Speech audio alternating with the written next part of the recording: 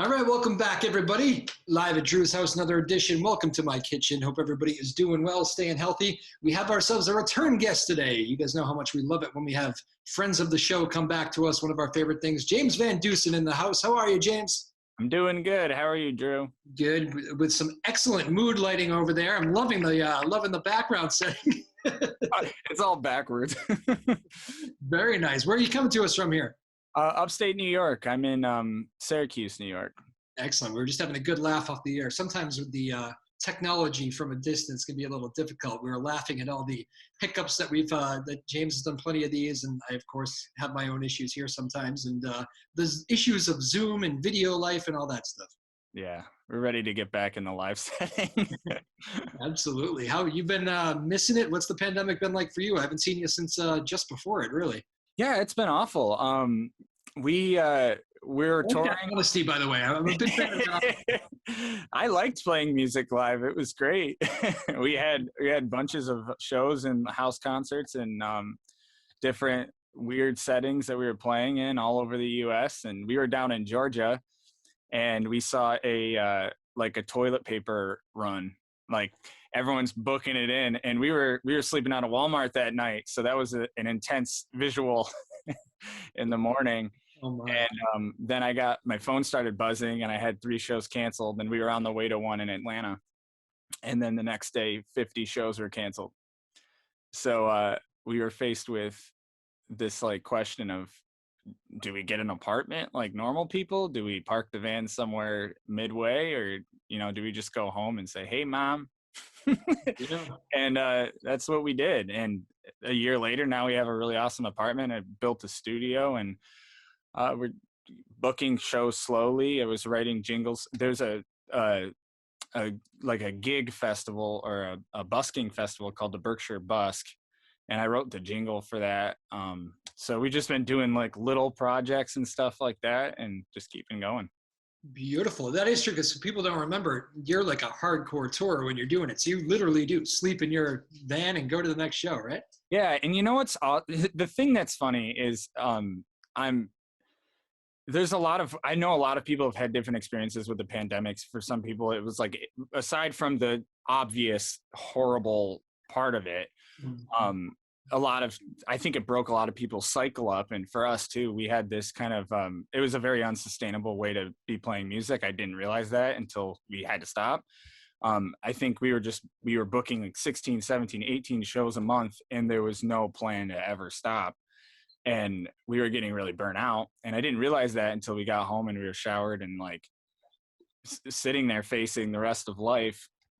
And I realized that when we go back out on tour, we're going to plan something that's a little more sustainable, so I can do this for decades to come instead of just the next 3 years of whatever.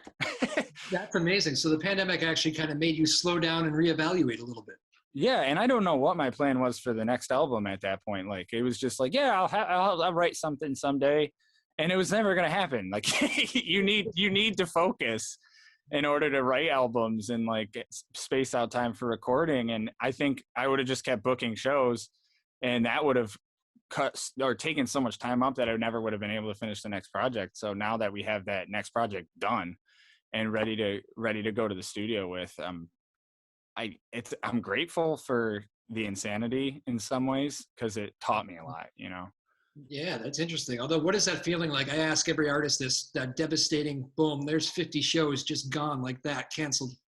Well, I mean, my booking agent and my close friend Taylor, she just sobbed. I mean, it's we're a small little group here, my girlfriend, my booking agent, and myself. And it's that's a sad moment, because it's a lot of work, especially when you don't have the resources that some of these bigger PR companies have and booking agencies have.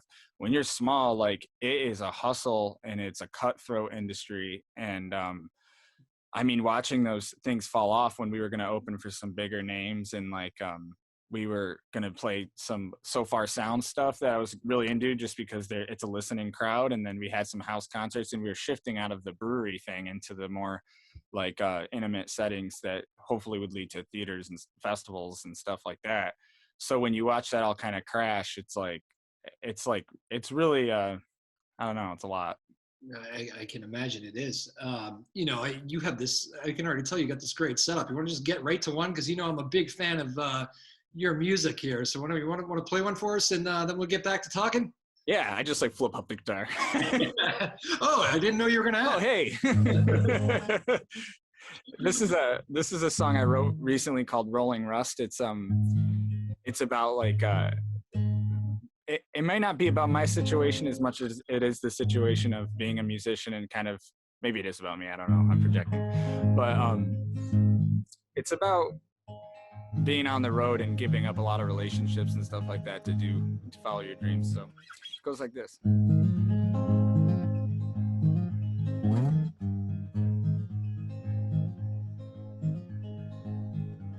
Don't go, she said. Don't go, she said. Don't go, she said. It's far too cold out there. She said to me, my darling, please don't go. It's my blood, I said. It's my blood, I said. It's my blood. He knows the highway, how she floods. Well, I'll be back again, my darling. I'm going out so I can say I'm gone. Cause you know better than most, I'm not home until I make it on my own. Yeah, you know better than most, I'm not home until I make it on my own. This town, I said, this town, I said, this town, it needs something to be proud of. Gonna make my mom some money, gonna buy my dad a car, no rolling rust. I'm gonna find myself some people, gonna show them there's still part of me I love. Cause you know better than most, I'm not home until I make it on my own. Cause you know better than most, I'm not home until I show them all you know. I'm hypnotized by yellow lines, the memory of me beside. Let it remind you I'm all yours, but I can't afford to stay until I know that I am on my way. Don't go, I said. Don't go, I said. Don't go. This road is long and it is lonely. When I get to where I'm going, I find a way to give her what she needs. When I get to where I'm going, I find a way to take back everything. When I get to where I'm going, I'll have a song that even she would sing. No rolling rust, no rolling rust, no rolling rust, no rolling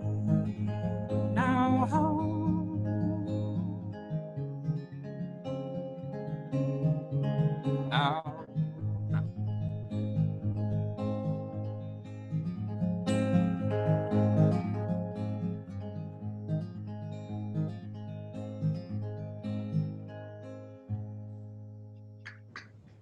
There you go. Nicely done. Well done. Yeah, I like that one. I was so that's a newer one, or? Yeah, it's brand new. I wrote it 2 weeks ago, so I was a little nervous. That's not a premiere, is it? It might be.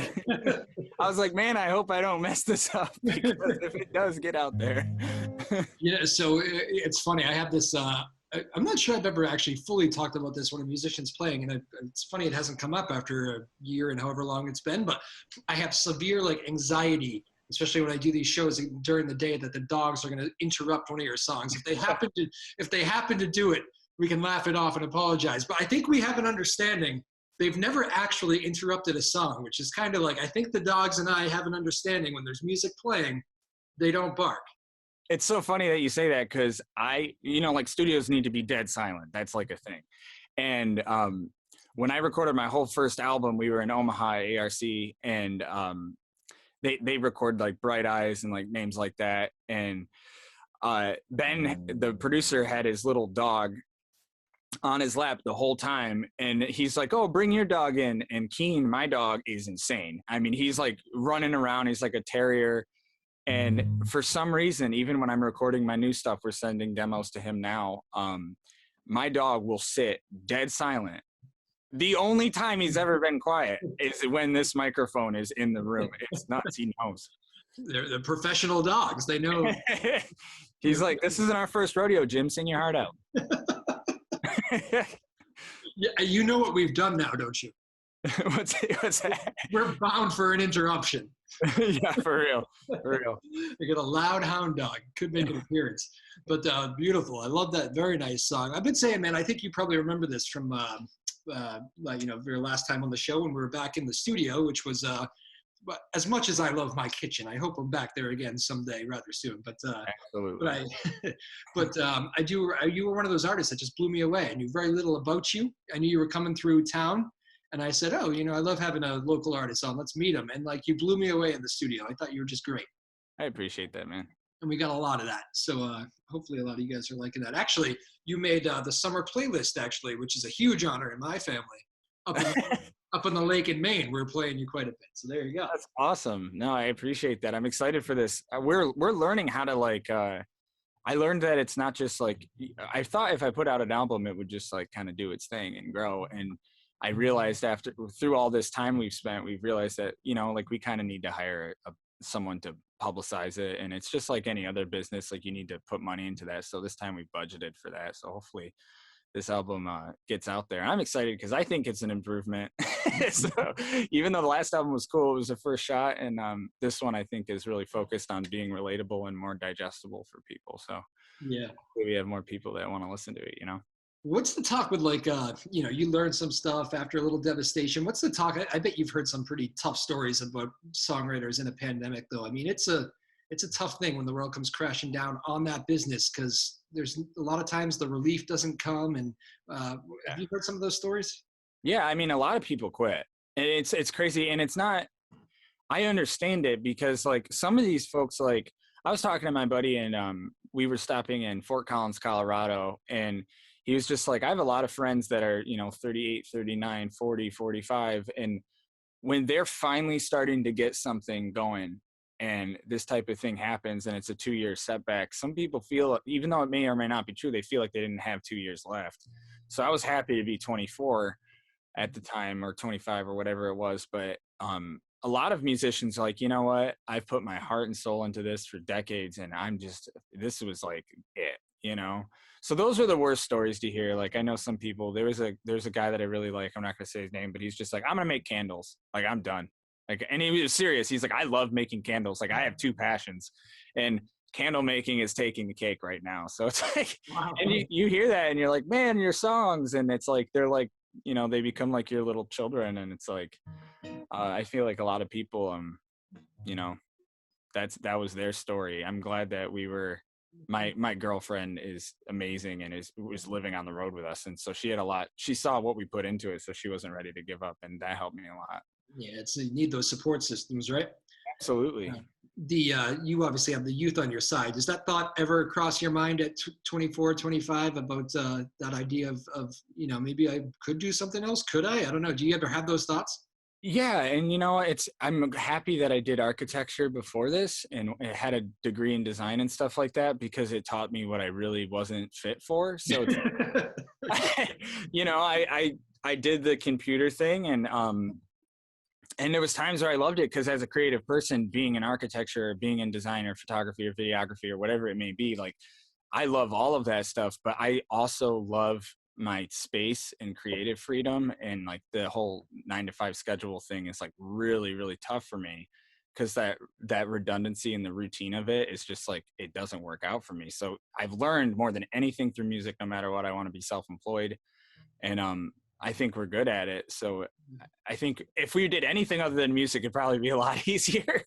But I don't know. Right now I'm still in it and we're still like really focused. And as long as we see progression, we don't see a reason to stop. And it's like every day you get like an email that like makes you happy, or like something like this is going on and you're like, oh, I'm working today, so we're good. As long as there's work going on. I highly suggest you do not give it up, my friend, ever. Although you might want to look into candles as a backup just in case. Yes.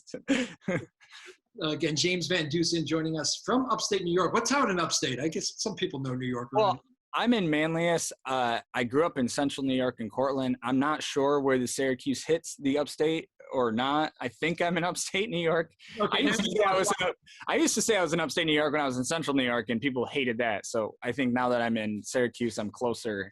But we do go hiking a lot in the Adirondacks, so maybe we'll just call it the Adirondacks if people are getting angry about the upstate comment. How did the swing through Newburyport go last time for you? That was probably not too long before the pandemic. No, that was good. I mean, all of that stuff kind of blended. There was a couple of shows that that were like, wow. And then there were shows that they were just kind of like the brewery like hustle. And yeah, I don't know. I love the Northeast just because of the proximity effect that's going on there. Like you can be in Connecticut and then you can be in Mass and New York and Vermont. So you get to feel like you're traveling, even though you're not really going that far. But you still get like culture in state to state is so different. Like Maine is so much slower than parts of Southern New York. And then like Vermont is like its own little country. So it's like, it's nice. I like the Northeast a lot. Do you get like jazzed up about, ooh, that is a term my grandfather used to use, jazzed up. That was weird. I just caught Bringing it back. Unbelievable. Take a sip of coffee and okay. That was weird for me. Interesting. Do you get like, I'm going to say it, jazzed up for like trying to impress an audience who has never heard you? I mean, when you go on a lot of those tours, you know, you're seeing a lot of people at breweries, for instance, who've never heard you. Would you rather that or like a bunch of friends and family singing every word? Is there like a different kind of like, I'm going to show these people? Yeah, no, definitely. When it's friends, family is kind of like, family is like, oh, look, he's doing it. That thing he does. Wonder when he's going to do something else. But friends are like the worst because friends are like, they're hyped and they want you to be great. And then that's really nerve wracking when you get a blank slate. Like that's where I feel like I shine, just because I can act. And when people have like a preconceived notion of who you are, like they grew up with you or they saw you in high school, they heard you when you were singing pop punk, like that's a different experience than when you get like, you know, whoever it may be at a pop-up show or a house concert. Because house concerts, they are so eager to be entertained. Like they want you to be great. They're on your side. So that all you have to do is engage and break the ice somehow. It's like I usually like start off with something that they know, like probably a cover, and usually I'll say something like, I'm going to play this Beatles song because that way you guys can gauge whether or not I suck, and then we can get through that. And then and as soon as you break that, they're like, oh, thank God he's somewhat funny. Like this will be an okay 2 hours that we sat at Bill's house for. You know what I mean? Those are so cool. The idea of the house concert is like something, it's like taken off. It's huge. Like people hosting these parties and these small intimate shows, they can be really cool. Yeah, they're great. And especially like I was lucky because my dad did sound when I was a kid. He had a sound engineering company. So it's like I learned how to hook up stuff early and understood volumes and gain staging and stuff like that at a young age. So at a house concert, I was lucky because when I was in control of making it sound good, I knew that like you didn't need to have it be loud. You just needed to have it be clear and like put across some sort of emotion. And but house concerts can be unplugged, you know, like you can do all sorts of things with them, bring lights into someone's living room, and it's like something magical kind of happens. And I think so far it's my favorite setting, but we'll see, you know. Well, welcome to my kitchen virtually. Yeah. Happy to be here. What are you thinking? We want to play another one here? Yeah, absolutely. Let's see. We're joined here by James Vandeuson, coming to us from upstate New York. He usually would be making a trek through these neck of the woods, and that's where I met him last time. Those days are not far away, we hope. No, hopefully they're coming soon. This song's called Chicago Red Balloon. It's about going to Chicago and not hearing the blues. We got distracted by this like river party, and and we never got to hear it. So this is that story.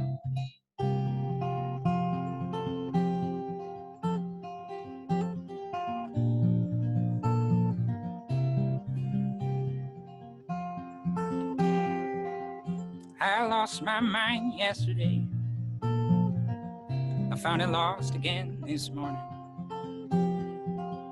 I found you loving on me anyway. You hung our picture on the wall. My eyes looked like they had seen enough. Your smile said take me home. The night we slept out in a parking lot. You spoke Spanish just for fun. Does it matter if you lose out here, if you never care to win? Does it matter if you're scared to death of dying? Friend, it's coming. Oh, it's coming. I wrote that highway tune, called it Chicago Red Balloon. I felt it coming.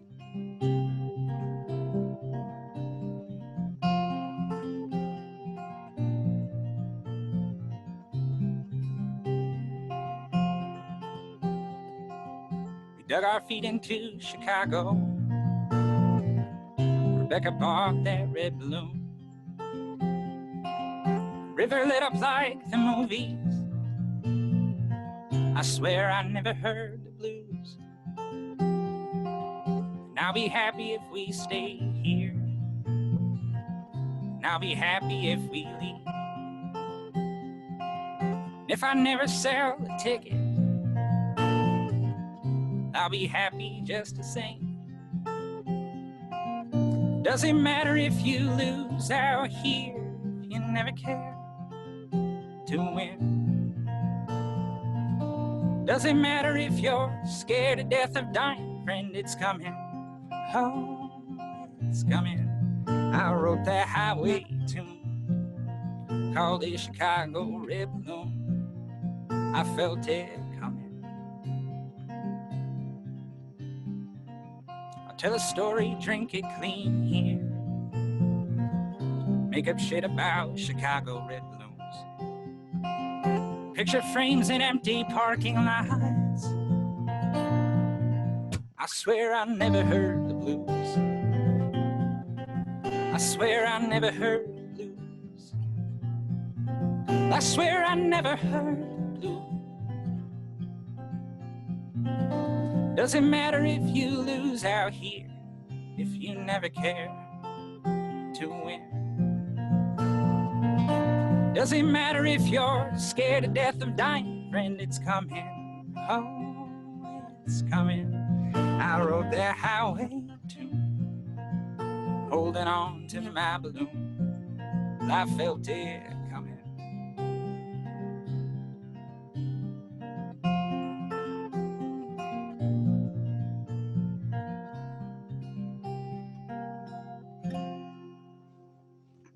Nicely done. Thank you. Well done. Ooh, I like those, my friend. Good, good. James Vandeuson. Tune up this guitar a little bit. It's funny. I was thinking about, I always mention this whenever I do the applause. It's funny. It will forever be stuck in my head. The first musician that we had on from my kitchen was a guy named Ryan Montbleu, who you may know. Oh, yeah, baby. Yeah, I'm going to go see him at the end of the month, I think. Oh, yeah, he's great.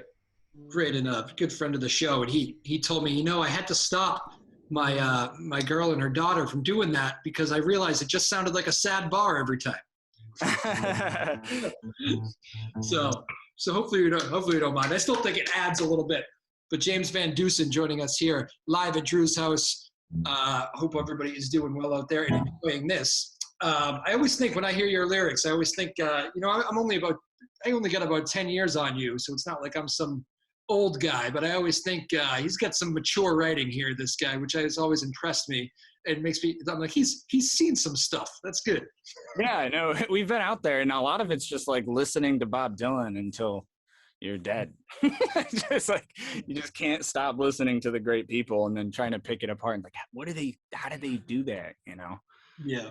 So it's a never ending pursuit of just like I always call it like breaking the corn out of writing. Like there's so many corny things that you can say, and it's like everyone wants to write that Moon song, and it's like it's hard to stay away from like the like that, just the corny lines. And you, once you write a lot and a lot and a lot and a lot, you start recognizing, I don't want to say it like that, you know. Really, that's a good look into your writing head there. That's fascinating. Yeah. That works for me anyways. I'm like, that's corny. No. You know. It doesn't rhyme, but it's better this way. Yeah. That is funny. You do. I remember we had a good talk about busking last time. You've done that. You've already mentioned on the show how you were sleeping in your car there for the last tour. I recall one thing where you were like, "Oh my goodness, I made it on an airplane." Somebody was flying you out to be like an opening act or something. You really have kind of cut your teeth though in a lot of different ways. I imagine that makes you. That's probably why I call out the fact that I think you have very mature writing, because I think that makes you a better artist after doing all that stuff, don't you? Yeah, because you stop, like at first, like when you get out there and you say, hey, I want to tour, like you glorify it so much. And in your head, you're like, what's going to happen is I'm going to be at a bar and then someone's going to see me and then it's going to be crazy. Yeah. And what happens is you go to a bar and you're like, man, I wish this was a brewery. Then you go to a brewery and you're like, I wish they were kind of more drunk. And then like you get out of that and you get into a house concert and you're like, I should never, ever play at a brewery again. So it's like, and it's just like learning and struggling and having nights that weren't supposed to go well that did, and then vice versa even. And those experiences of like, your ego is always getting checked. And I think that along with like being out on the road and seeing people in there's so many different cultures within the United States, like down south or out west or up north, and or in Canada. So it's like when you meet all these people, you start understanding the human condition a lot, and then you start writing about that, and it's kind of just like all out of perspective, you know. Yeah, that is. You're a charming guy, obviously, and a good performer. I wonder if you ever gone in front of an audience and gone like, "Ooh, this is going to be a tough one, tough one to maneuver." Yeah, especially like that's like why like we're really, really trying to get away from the brewery scene, just not because some of them didn't go really well, but just because when you go to something like that, they're there to socialize and you're there to get them to stop and listen, especially if you're a songwriter. And that's kind of breaking the whole vibe in half and just start trying to like pull it all together. And I found that the ones that go the best at breweries is when it starts out empty and you set the scene. Yeah. And then people are like, oh my gosh, like I thought I was getting a beer and now I'm listening to this song about a homeless man. And it's like, this is a lot more than, you know, people really were signing up for. So it's like, hopefully people are into that. But some shows, like I remember specifically, I was like, this is the night I sing Tom Petty just all night long. You know, because it's just like, you got to enjoy it in a different way. It's like, okay, I'm going to practice the Bob Dylan stuff that I do just because this is that crowd and that's what they want. So. Yeah, no, it is fascinating. That actually, my family knows this about me. It is a huge pet peeve of mine when there's like a lot of talking, like at a act like yours or like a solo act. It drives me insane. Like it's beyond a pet peeve. I get very annoyed. Yeah. Yeah. I almost feel like sometimes it's like, man, I was like hired to do something and I want to do something different. Like I want to cultivate an experience if I, you know, do my job well. But when you're getting hired for those places, they're like, yeah, I want you to entertain the vibe that's already there and just be like, hey, look, we have great beer. We have this, we have that. And there's a guy in the corner and he's playing some live music. So it's not like about the show. You're just like kind of a bystander. So it's nice when people let you in like that, you know? I hear you. Again, James Vandeuson joining us. Do we have a concept yet for the next album? Are these just songs that are going to be coming out in the next album, or? Yeah, so the first album was I had a friend that passed away and it was so largely about that. Yeah. And it was a lot of it was introspective and that's all fine, but it's kind of like a hard place to communicate with people if you want them to relate, like the best case scenario they're relating to like some awful experience. And like for this next album I was just like, man, I want to have something that's groovy that people can listen to that would be on a commercial maybe, and just market this project better, and just like my brand, and really like be about the music and the business of music. And I think that this album has got some storytelling in it that I've always liked, kind of like that R.L. Guthrie type thing. And then it's also got political stuff in it because it's been just such a wild year and I've had a lot to think about. And it's also got some just listenable music that's digestible, that every single line was dissected so that people could relate it to what they're going through. And I just wanted to connect with people more in this album. So that's Awesome. what we can do. So besides watching this show back a million times, what's your preferred method for people to get the music? Just obviously call you. Is that the, no, just kidding. Just call my personal cell phone number. It's Let's give that out now. No. No, I have a link tree on Instagram, and I also have a website. My last name's kind of hard to spell, but it's James VANDEUSON.com. But easier is Instagram, and if you spell my name wrong in any way on Google, I'm like the first 3 pages now, so that kind of really helps. Ooh, that shows you're starting to make a big imprint there. At least we know how to work the SEO on Google. Okay, or that, beautiful. Want to play another one, man? I just like listening. Just want to just keep it rolling. Yeah, absolutely. This is we're all tuned up now. I'm gonna turn this up so I can hear it a little bit better. Okay. What's your rating on streaming, by the way, right now? I've seen you really take advantage. You put together some good streams on these some of these weeknights, and I very much enjoy them. But I often think to myself, I bet he's just 100% sick of this. Yeah, well, see, that live streaming is not my thing. I feel like I'm way more nervous to put anything out online than I am just playing out. Like, even if something got recorded out, there's like a level of acceptance there. Like, people are like, well, it was live, and like that, he just said it was his first time playing that. And it's like, when you're doing something live and it's being recorded, once it hits the internet, it's never going away. So it's just like that is nerve-wracking, and that's a hard spot to be in as a songwriter, in the back of your brain. Also, when you finish something, it's just dead silent, and you just see like a pop, pop, pop, pop, pop, pop, pop, pop, pop. It's not really like, it doesn't give you the feeling. And at first I was kind of into it, and then I had audio issues, and then I had to learn how to get the video right, and I was just like, man, Pandemic sucks. even if it went super well, it's still like, yeah. It's not that cool. It's not what it was made to be in front of audiences, but No, you do a nice job with it, though. It's a good job getting the music up. But take it away. What are we going to hear here? This song is about the pandemic and living in the pandemic. It's called I called it Virus for a while. I'm calling it other things now. I'll have a real name soon. But it's about a crow and the idea of looking out a window from inside, and that's kind of where it all pulled from. I was thinking one night about lying in bed and how I was really close to, however the thickness of a wall is from the winter time, and just like, I don't know, I was thinking a lot about being outside and feeling cold. So this is that song.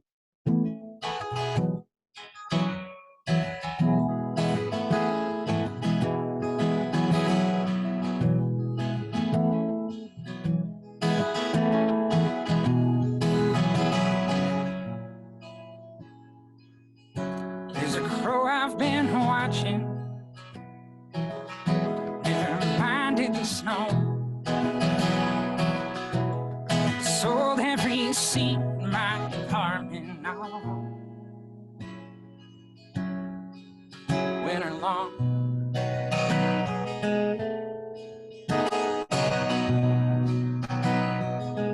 And it's a hard time, and I'm always mad. My legs, they're skinny, my feathers black. I was looking for a little bit of solo time. I was looking for God in those yellow eyes. I was watching the birds on the power lines land there, one by one.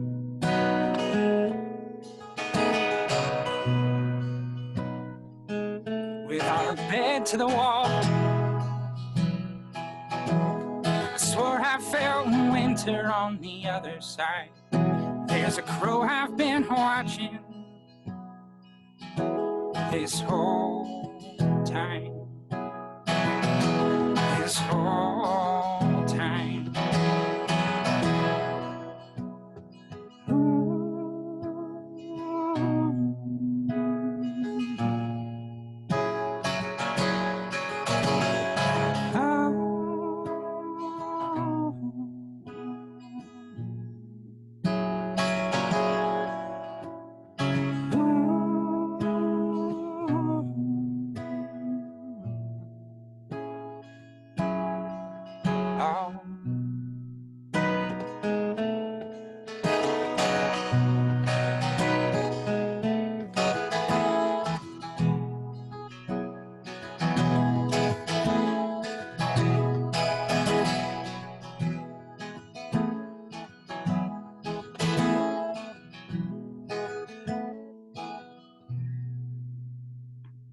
right. Very nice.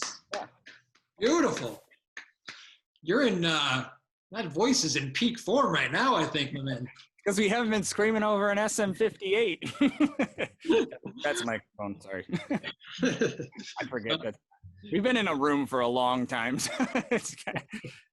Oh, man, you are sounding good. James Vandeuson, everybody, right there, playing some of his new music, which I am enjoying very much. Hopefully you are too. He's coming to us from upstate New York, but he travels all around, again, post-pandemic. When you get a chance to go see him, I'm sure many of you will be doing that. What is the thing you miss most about the live audiences? Like, what is it like, just the one thing that you say, that's it? I just feel like I miss, when you're performing, there's a feeling inside of you when you connect, and it's like a sensory experience when there's a listening crowd, and like you play better than you would play normally, you sing better than you would sing normally, and you can feel people's goosebumps, and it's like every single person in the room is connecting. Yeah. And that simply cannot happen in any other scenario. And I felt it a couple times since this pandemic started, and doing different things, playing, like I played a song for one of my friends, and when I got to the bridge, I was like performing for a person, and I could feel that like he was listening, and it meant a lot. So I think I'll never forget how humbling this experience has been, and how important it is that and what a privilege it is to be playing out in front of people. I miss that feeling, you know. I hear you, man. I think for so many of us, stuff we'll never take for granted again, right? Yeah, absolutely. You probably revolve, or I mean, you're always bouncing around, but you're probably a traveler at heart. Have you ever kind of had that moment where I gotta get out of here? Oh yeah. I mean, whenever, even before I played music, there'd be times where I would be sitting down in our apartment, and I would look at my girlfriend and be like, hey, you want to go to like South Carolina? And we were in New York, and she's like, oh God, yeah, okay. And you know, because I would always feel that urge to just break that normalcy, and I'm glad that I miss that. I miss about traveling so much. Yeah. Do you take the dog with you? Oh, he goes everywhere with us, which has only been a problem one time. So it's like most people are really receptive to that, and then some people are like, why do you guys have a dog in a van? It's like, well, he is our dog and we love him. He's part of the family. Yeah, I mean, there's been shows where, especially house concerts, he just like sits down and listens with everyone, and it's cool. But the only times it's been bad is when it's cold, and like people are freaked out about him being in the van, but the van is like heated and cooled really, really well. It's like a living situation. We've built it out, and there's lights and solar and all sorts of things. So it's kind of hard to explain, but he's like the mascot of everything we do. So I wouldn't want to go anywhere without him. And Rebecca would just break up with me completely. That is like the last straw for her. We like Rebecca. I think those are good priorities right there. Yeah. You got, and again, James Vandeuson joining us here, live at Drew's House, another edition. What is the thing you're most excited about coming out of the pandemic besides like playing live? Is it just this kind of new sense of like attacking the tours a different way? Is it the album, playing those songs? What exactly is it? Yeah, so this time I'm working with a band, and there are a few guys that I grew up with I was nervous to play with them growing up because they were so talented, and they think in music, and they've been playing together by themselves for like 10 years. And we started getting together and writing the percussion parts and the bass parts and the lead guitar parts to all of my songs. So I'm hoping that we can get to a point where we're touring with them, and more than anything, just developing a show around my songs versus just putting them in. Before I was playing like 25% covers, 75% my music, and it was just kind of like, I'll play this song next. And organizing a show I'm really excited for, and then just kind of breaking away from the brewery setting and into the house concert, like listening room type thing. I've often thought, as glorious as, it can be being a front man and all the attention and all that, I have often thought that must be, one, it's very hard running a band, and two, it also must be very rewarding to have band members completely just give themselves to your music and just go all in. It must be a great feeling. It is. And like these guys, like they play like funk and disco and like Grateful Dead stuff sometimes, and like really, like you'll find this with people that are like into jamming, they want to play stuff that's complicated. So my biggest fear was like, hey, are you ready for the 4-minute, 3-minute folk song that has a beginning, middle, and end, and there's not really room for like these just jamming spots? And I was nervous that they weren't going to have any fun. And then I realized that we're in control of where the show goes, and if there's a moment or 5 where they get to do their thing, that's totally cool too, as long as it fits within the context of what we're trying to do as a business. And I think they're just excited to like be part of a business. Music is it's so easy to make it a hobby, and it's so hard to make it a job. And some people don't want it to be a job, and some people really wish it was. And I think a lot of them are excited to just, be part of it. And I'm so grateful that they are, What's the biggest difference, solo career versus a band? And what's the, I guess, what do you prefer really? I don't know. I think the biggest difference has to be just everyone's got to be on the same page. Like if I mess up a little bit, I can pull out and like fix it in real time. And kind of just my mistake is my own. And like a lot of times, like I have the ability to make a joke about it real quick or like something like that, or just practice more. But when you're playing with a band, you really have to be thinking about percussion and staying in time. And there's a lot more synergy that's got to be taking place between everyone that's part of it. And that's difficult. I think that if it was up to me, I would love to be able to just play acoustic guitar and like have like a ton of people at a festival super engaged. But the reality is like they need to feel the bass, they need to feel the drums, they want it. And it doesn't have to be like a crazy drum set, but having percussion that gives you a little bit of a thud is like, it's so important. And I'm learning that. And I'm encouraged to like let my music take it to the next level. I think that if we plan it correctly, it'll be great. Cool. Well, I could listen to this stuff all day. You got another one you want to play right there? Yeah. And James Vandeuson joining us, playing a bunch of his new stuff here. Go check he just told you where to go find all his music. Go find it, will you, people? Please. This song I wrote a few days ago, and I'm ready to play it. It's called Tommy. Tommy was a smoking gun, and it's about being friends with people and how those friendships kind of change, and how sometimes that masculinity complex leads you to feeling nervous about making amends.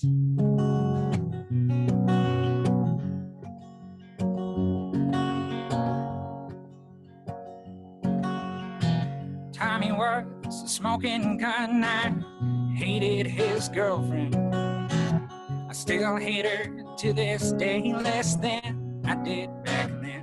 I saw her kiss another man I brought to my apartment. I saw the regret in Tommy's eyes. I felt time I had caused it. Tommy, I love you. Tommy, I do. It's just that part of me, just like that part of you. We learned our lessons, some don't make it out alive. They said we'd move on, well, some things don't move on by. I heard you're still painting cars and I'm still plucking strings. Tommy, I know we said some things we didn't mean. Well, Tommy, I know you're spreading salt in New York. Well, I'll do my best to let this truck rust to the ground, so that when I need a good excuse to call you up, you can use that gun to fix up what I've done. It's simple when you're kids, some things you don't forget. Made a Honda hardtop roof feel like a new Corvette.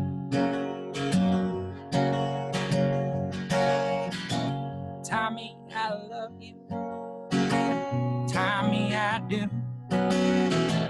It's just that part of me, just like that part of you. Well, Tommy, I know you're spreading salt in New York. Well, I'll do my best to let this truck rust to the ground, so that when I need a good excuse to call you up, you can use that gun to fix up what I've done. Well, Tommy, I know things went south when we drove west. Well, I'll do my best to run away from it. So Tommy, when I need a good excuse to call you up, you can use that gun to fix up what I've done. You can use that gun to fix up what I've done.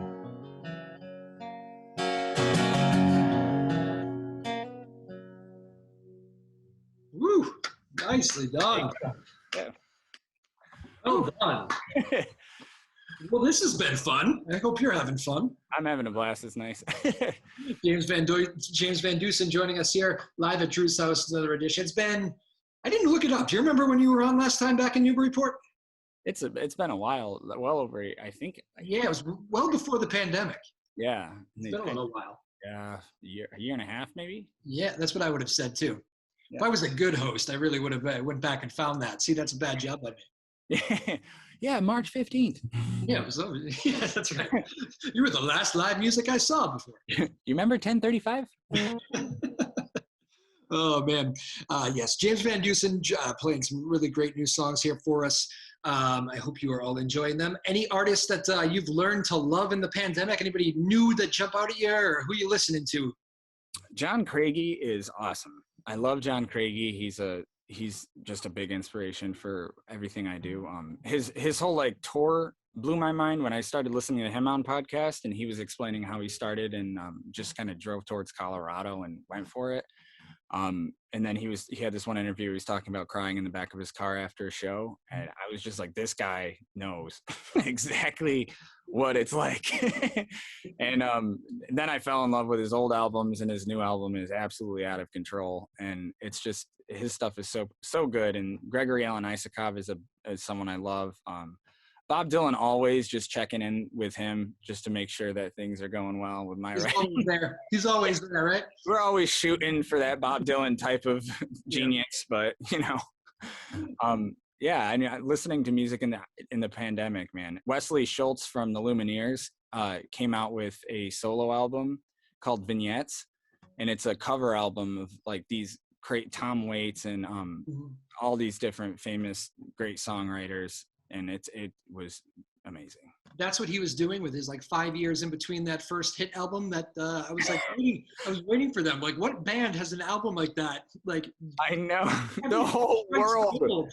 Everybody's just waiting on them, and they're like, yeah, no, not this year. Yeah, I know. I felt that way with Gregory Alan Isakov for a while, but the Lumineers especially, like they had a long run before that second album came out. But I think there was genius in that though, because every album they've come out with, in my opinion, has been really, really good. And if you get, like they have the hits of those albums that people hear, but if you break into all of the lyrics and he is an excellent songwriter, and they are a great band. Yeah, I saw the band has changed a little bit too, because the woman who was in the band is no longer with them, which I kind of just recently learned. I lost track of that a little bit, but yeah, it happened a couple of years ago, maybe. Yeah. But still, like a wild transition, because they found her on I think it was Craigslist. They put out a thing, and she was there, and then they toured and got famous with her, and she's doing her own thing now. Yeah, that's how it goes. I guess there's crazy music stories, right? They were one of the one more quick Lumineer story. They were a sweet band. I met them. I got lucky. I saw them right before, like, I think they had just gotten big with like Ho Hey and all that stuff. Yeah. But like it kind of happened as they were still like, they were the opening act for, I think it was maybe a Dave Matthews show or something. And we were in like the corner, like side stage, and they did their thing, and they happened to set up, and they were signing CDs in the section right behind us. So I went back to grab a beer or something. Oh, and they're the Lumineers. They're right there sitting. And I was like, oh, hey guys, how are you? You guys are really great. We enjoyed that. And they were just a really sweet trio at the time. I'll always have fond memories of them, but enough about the Lumineers. You can just keep going. Excellent. They're good. They're a great group. But so what was the pandemic activity that you picked up along the way? Was there something that Obviously not candle making, but was there something that like you learned, or was it just, you know what, I'm going to own my craft by the time this is over? Yeah, no, I've been growing tomatoes. Yeah. I bought a grow light and we did the tomato thing and the bell pepper. We've always wanted a garden, but we've always been traveling. And so I think hopefully it'll live through whatever happens this summer with music. But yeah, tomatoes have been a thing. And then just writing this album every day. I wrote 40 something songs for it and whittled it down to 13. So that's been a lot.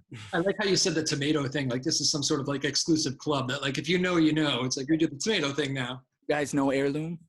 It's fantastic. Something tells me that that tomato thing is not a great thing to have if you're a traveling musician. I think you might be in trouble with that. It's impossible. So this might, I mean, I'm inspired by musicians that take off half the year to like do stuff like that. And there's a lot of musicians that are woodworkers and like, we went and visited the producer that did my last album, and I told him, I was like, should I be worried? I really like building out this van and I have like other hobbies. Am I not a real musician? And he started laughing and he's just like, you wouldn't believe how many of our friends that have made it in music, like really big names, also like do the weirdest things. Like they know how to like roast coffee, and just like there's people they want to think that their favorite musician sits in a room and just like cries and writes and then like comes out with something profound, but a lot of times they're like in the morning they're going out and checking on the tomatoes. So speaking of crying, I would be remiss if I let that comment go before that song of what had you crying in the back of the van? In the back of the van, there was a couple nights where like there's 75 different stories. Well, I'll start with the first. No, we've been to a couple shows that like there was one specifically somewhere, and I think Massachusetts even. Oh, yeah, where I went to a brewery and it was cool. They had like a stage, and I was like, wow, this place is set up perfect. And I could not. It was pretty packed, and it didn't even sound bad. Like all the things were right, and I was like, this is a place I can turn into a wild show. Like it could be a really good experience for these people. And like I'd finish something and no one even turned around. And I was like, I know it's loud enough. I don't want to go louder. And I turned it up a little bit. And then like when you got a turned head, they were just kind of like, what is that? What is going on? And I don't know what the music vibe was there usually, but I just could not connect. And it should have went really well. And it was just one of those nights where you get back in the van and you're like, okay, I guess we go spend the night at like a campground or a Walmart. And after that kind of show, you're like, what are we doing? And you feel like, you know, you just don't feel like you're right in the head. You're like, is this getting out of control? And then the next night, like you'll do something great. And there was another time specifically I played at a hotel and I had never done that. And I was in a lobby and it was just awful. There was one person and they recorded the whole thing. And it would just, I had no control over the video and stuff like that. So it was just like really rough because I had to like put on a show for this video. And there was one person and it was just kind of like really weird and awkward. And I was like, felt like I wanted to quit that night. And then the next show was one of the best I've ever had. So it's like, I remember specifically the contrast between the hotel and the house concert the night after. And it was just like, all right. Well, let me say on behalf of that city or town in Massachusetts, let's not name it because I think their reputation would be ruined forever. I apologize on behalf of that. That is not the reception you would get mostly around here. Oh, that's painful. Mass has been good to me for the most part. All right. Well, that's good to hear. Man, that was a heartbreaking one, though. Okay. Favorite song that you've written in the last couple months? One of the ones you just played? Yeah, I really, really, really dig this. The one that's like, "Don't go," she said. I love that song. It's just like, I feel like it has potential to like reach people, and I don't know. It felt good. It was funny because when I wrote that, I looked at Rebecca and we were sitting in the living room and we were listening to some sort of like pop folk thing that came out, and it was like Passenger came out with this wildly famous song recently, and I was like, man, I could do that. Like I could write that pop folk song it's not as hard as writing the story songs and like Yeah. trying to like come up with a lot of words. Like you could just be like, "Co." I was like sitting there on the first fret, and I was like, "Coco, Coco." Like I was like, you just repeat something like Coco, and Rebecca's like, "Say don't go," like use a real word. And then I was like, "Don't go," she said. "Don't go," she said. And I was like, "Oh man!" Like, and I just booked it into this room and closed the door and wrote the whole song in like 15 minutes. And it was just those are the ones that like you connect with the most. And I think that it has potential. So I'm excited. Songwriting credit to Rebecca. Yeah, she's come out with a lot of like, I wrote this song called Old Kentucky, and she was just like, why don't you say like Old Kentucky and have it be like this bluesy thing? And I was like, oh yeah, and I ran with it, and it's on the album, and it beat out like 30 other songs just because she has these like, she's really in touch with like music that's kind of current and making it, and I'm more in touch with stuff that's just like lyrically obsessive for me, and it's a good check and balance. Yeah, has she sang with you a couple times? I think I saw. Yeah, she sang Gasoline with me a bunch, that one song that I wrote a while back ago, and this the Don't Go song she sings too. It's like don't go, she said, in her parts, don't go, she said. So she sings the harmony to it, and it sounds like killer. She's got a really pretty voice. She came in studio with us last time, and I think, if I remember correctly, she didn't want to go on or just didn't go on. I can't remember, but I don't think she ended up on camera. Maybe I'm wrong on that, but she left it to you. Yeah. She's not right next to you now, is she? No, she wouldn't either. We're still practicing it. It's pretty, but well, I do think she will be on the album, and I'm fairly certain that if I can ring her into singing that song with me during the studio, I could probably do it live. And the hard part is like, as much as I love performing, like not everybody loves getting in front of people, and she's an introvert and I'm kind of in the middle. So I don't want to push her into something she doesn't like to do. But I wasn't saying she had to perform. I was just curious if she was there and wanted to say hello. I think she's probably trying to like book shows right now. And checking on the tomatoes. She's checking on the tomatoes. We should get I wish I could do like a live checkup on the tomatoes. A live cam. Yeah. One elephant in the room we are yet to mention here, and we're towards the end, so I have to mention it. You and I have role reversed on the length of hair. I know. Yeah. So the last time I was with you, I had hair down to my shoulders, and what happened tragically is I got a haircut, and I went to this place, and I was like, you know what? I'm feeling like I'm losing a little control here, and like, can you make it modern and fun and like artsy? And she goes, no problem. And I was like, oh, that's kind of weird. And I would have ran away. Yeah. And well, there was a little bit of a political conversation going before that, and I didn't know where she stood, but I'm pretty sure we were on opposite sides. And I put my hair up, and she shaved a lot, like right down to the skin. And she's like, this is really cool for people. I was like, I think it's time for me to try something new with the rest of it. So I left that place, and Rebecca was like, wow, you don't look that different. Like, I thought you were going to try to like do something artsy. And I was like, oh, I did. And I pulled up my hair, and it was just like, there was like a line of disappeared. Oh my goodness. It was a nightmare. And my problem is when I get a haircut, I'm the guy that's like, make it look good. I will never say that again. And I'll still never know what my hair, the reason why I grew it out is because I wanted to know if I could rock the long hair like thing. And it's just as soon as I kind of got into the ponytail region, it was cut. So I'll never know what it's like to have like the sideburn grow out that I could tuck in. I was never there. So yeah, it's a tough life, I'll tell you. I'm at ponytail stage right now. I got a lot hiding back here. And you know what people find most comical, I think? I'll leave you with this. I work very early, as you know, the early hours in the radio business. And I tend to have to wake my wife up at 3:30 in the morning to help me put the hair in a ponytail.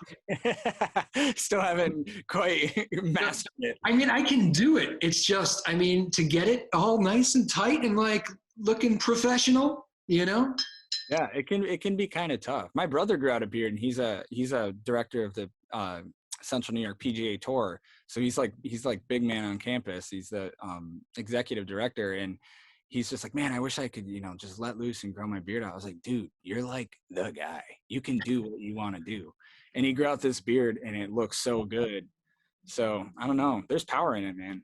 I like it. I got to tell you, I wasn't planning on going this long. I haven't got a haircut the whole pandemic, and I arguably could have got one before it kind of all started anyway. So this is as long as I've ever gone, and I learned to like really dig it. I'm like embracing it, and I don't know when I'll part with it, but it feels good. I'm not counting myself out. Like I have unfinished business. You might come back to us. Yeah. That's beautiful. I'm working on this little mustache. Like, yeah, that didn't go unnoticed. Don't worry. Well, James Vandeuson, man, I always enjoy our time. Seriously, you're one of the favorite performers that has come on the show here, and I genuinely mean that. I don't say that to everybody, and if I am called out on that, I don't mean it to the other ones. I genuinely love having you on, and I think you're fantastic, and we've been enjoying watching your streams during the pandemic and listening to your music, and I'm very excited to have some new music from you. I wish you all the best. I hope everything's going well, and this has been great. Thank you so much. Yeah, no, I'm glad to be here, and I'm looking forward to coming back when everything's a little more tightened up and we can get everything perfect. As much as I love doing this virtually with you, it'd be better to see you in person most definitely. Absolutely. Dogs are giving me that look that it's time, so you want to play us out? Yeah, absolutely. I'm going to play you guys a song I wrote called Graveyard Shift. I was going to request some Tom Petty. I figured that would have been a problem. No, I'm just kidding. I've not been practicing covers enough. I don't think I'm ready. It's kind of funny. People are like, play that Bob Dylan song. I'm like, no way. I'm not ready. If you played Free Fallin' right now, I would be so pissed off. So this song's called Graveyard Shift, and I wrote this. I was working the graveyard shift when I was probably 18 years old, and I remember really vividly driving home at 3 a.m. in the snow in Vermont in a really, really rusty car. And that whole feeling of working at a bar. So this is how that goes. James Vandeuson, everybody.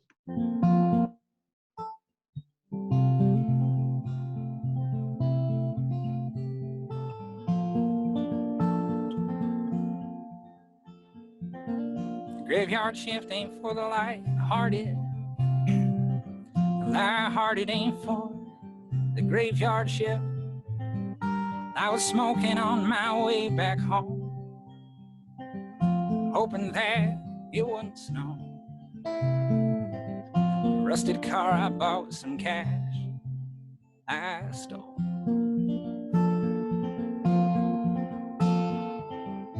Third crank and it goes,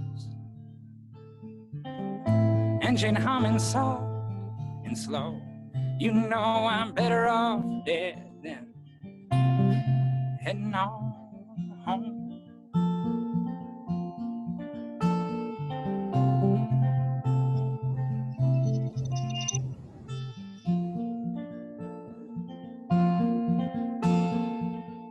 Kelly counts her tips at 3 a.m.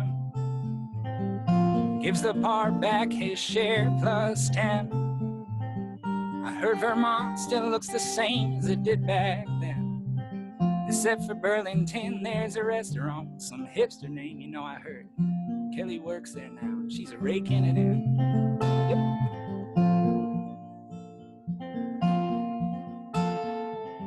It haunts the town like a ghost. Whispers something soft and slow. She says I'm better off dead than heading on home. I ain't saying things to make you mad. I'm just saying there's an evil man who feeds the souls in every greedy hand, making money in the way I did. You leave the graveyard shift, your shovel where you dead. It just gets picked up by another kid with bloodshot eyes sitting on getting rich.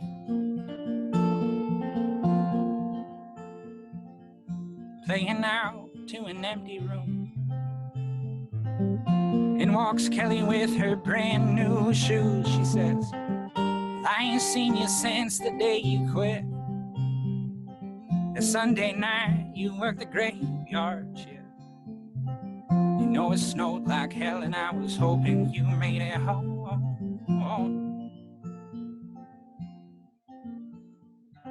So sing me a song and I'll hum along. You know I'm better off dead. She says I'm better off dead. You know I'm better off dead. Heading on home.